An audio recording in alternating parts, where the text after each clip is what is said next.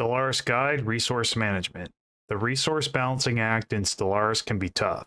In this video, I'm going to be showing what I follow when deciding what to do next, based on my monthly resource income for each resource.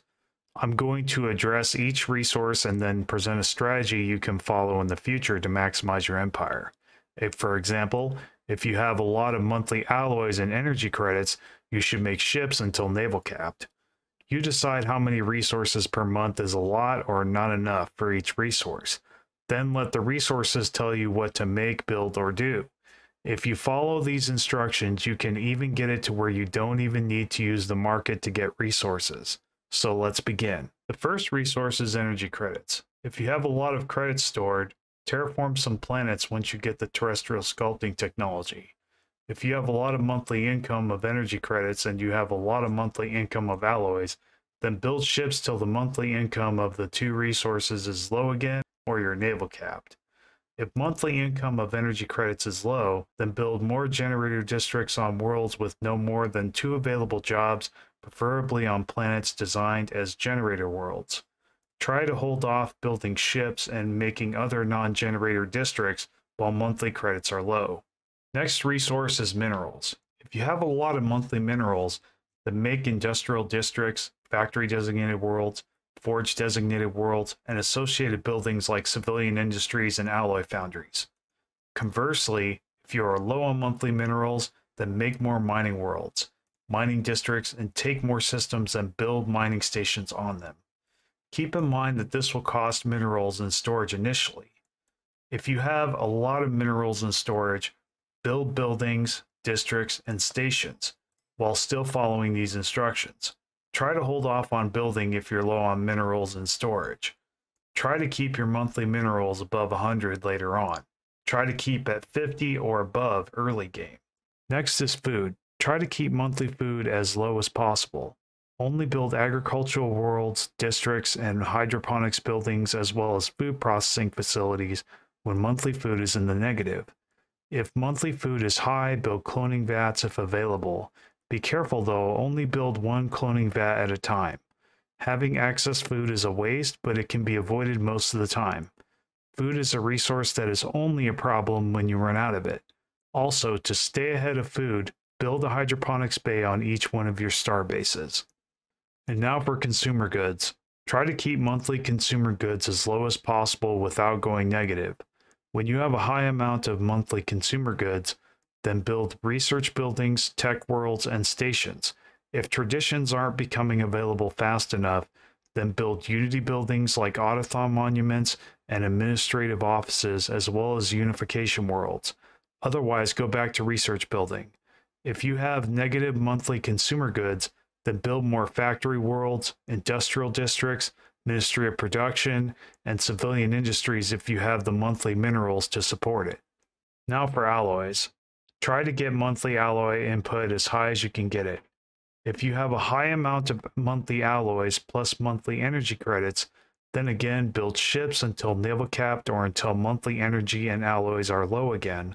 If naval capped and you still have a high amount of monthly alloy output, have enough influence and have a lot of alloys in storage, make habitats, outposts, and megastructures. Try not to let your alloys in storage get too low in case you suddenly need to build structures or ships. It's fine to have a lot of alloys in storage as long as you're naval capped for when you need to reinforce your fleets or get naval capped again, such as when losing ships or gaining more naval capacity. Next is influence. If your monthly influence is below 3, then get naval capped ASAP. Declare rivalry if possible. Any empire that you're at war with or about to be at war with will do, for example.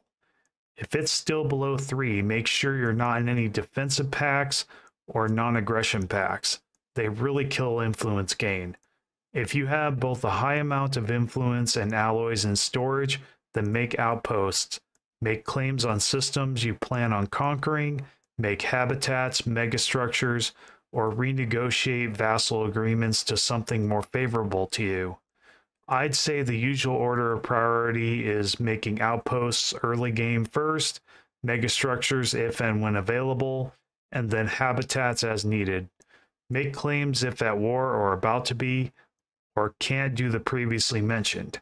Renegotiate if you have vassals and there is nothing else to do. Then there's special resources like volatile motes, exotic crystals, and rare crystals. For now, we will just focus on these three since they have the most impact on gameplay. Make refinery worlds if running low on special resources. Habitats are great for this, especially Voidborn and advanced habitats and habitat worlds. Don't try to make habitats on special resources. It will remove the resource permanently and offers no benefit. Make a station there instead. Make volatile moat buildings like chemical plants before and after you make upgrades to stronghold buildings, mineral purification buildings, advanced alloy buildings, and food processing. Make volatile moat buildings if your monthly minerals is high and volatile moats are low and need to upgrade mineral buildings for minerals, strongholds for naval capacity, alloy buildings for alloys, and food processing for food. Make exotic gas buildings if your monthly minerals is high and you want to upgrade energy buildings for more energy and or upgrade research buildings for more research. Make rare crystal buildings if your monthly minerals is high and you want to upgrade and build more expensive ships, upgrade consumer good buildings like civilian industries for more goods, and or upgrade Unity buildings like administrative offices for more Unity. Last but not least is naval capacity. When it's not capped, make more ships if there is enough monthly alloys and energy to do so. Try to keep naval capacity capped at all times as much as possible. This should be your ultimate goal when managing all the previously mentioned resources. Getting naval capped and raising your naval capacity to cap it again. Rinse and repeat. When at naval cap, build strongholds. Upgrade them when possible. You don't need to build fortress worlds, just build them anywhere. Habitats are great for this too. As I mentioned in my short on influence, being naval capped at all times is very important. So priority is as follows. Raise naval cap when capped first. Build research when goods are available and already naval capped second. Build Unity when traditions are slow, you have goods, and are capped third. Of course, if you can do all three at once, even better. That's it. If you like my stuff, you know what to do. Thanks, and I'll see you next time.